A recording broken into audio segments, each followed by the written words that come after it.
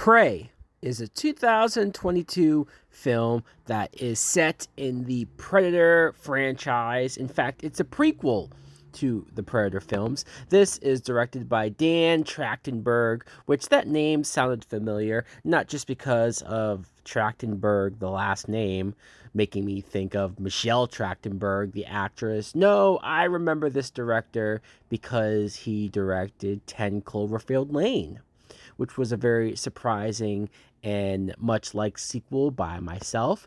This movie is set in the 1700s with an all Native American cast.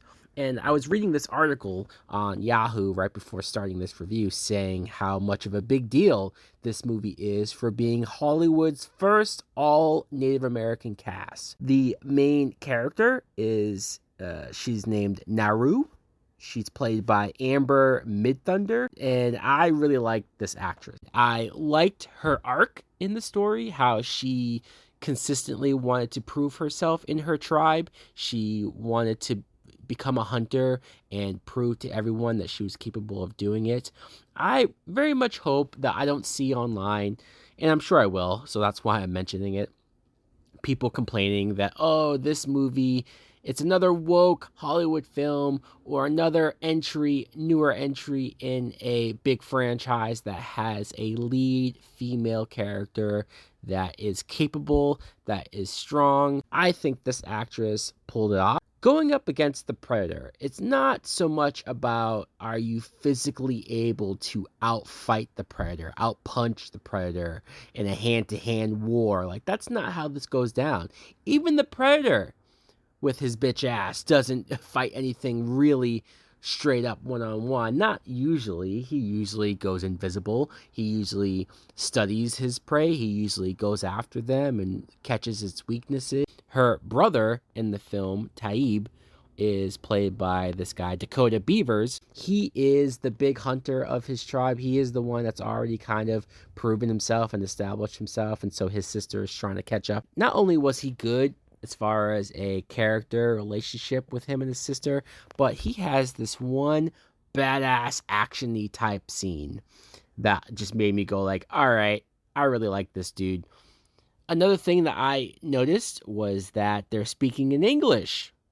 And I was conflicted about this because for all of the praise that I'm giving it for having an all Native American cast, even having moments of using their Comanche tribe language for certain words or certain phrases, but for the most part, they speak English. And I know that that was probably a decision made because, let's be honest, this is not a low-budget indie type film. This is not trying to gain that sort of cred or have a market in the sense of we're a foreign language film. No, they know their audience. They are, at the end of the day, a rated R horror franchise. So I get it. I do. It's not even really me complaining or nitpicking about it. It's more of an observation of like, oh, okay, we're just speaking English. Our main character had a tracking dog with her. I am a sucker for movie dogs. I don't like dogs really in real life.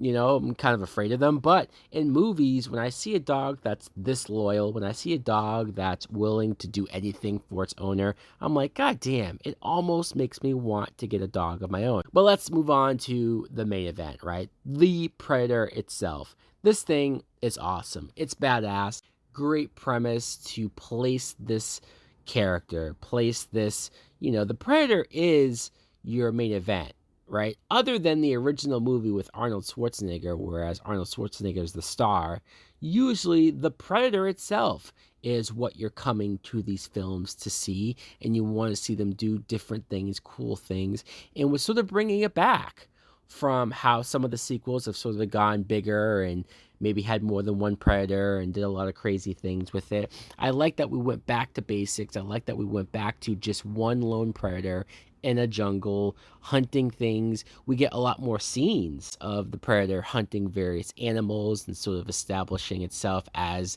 the dominant force.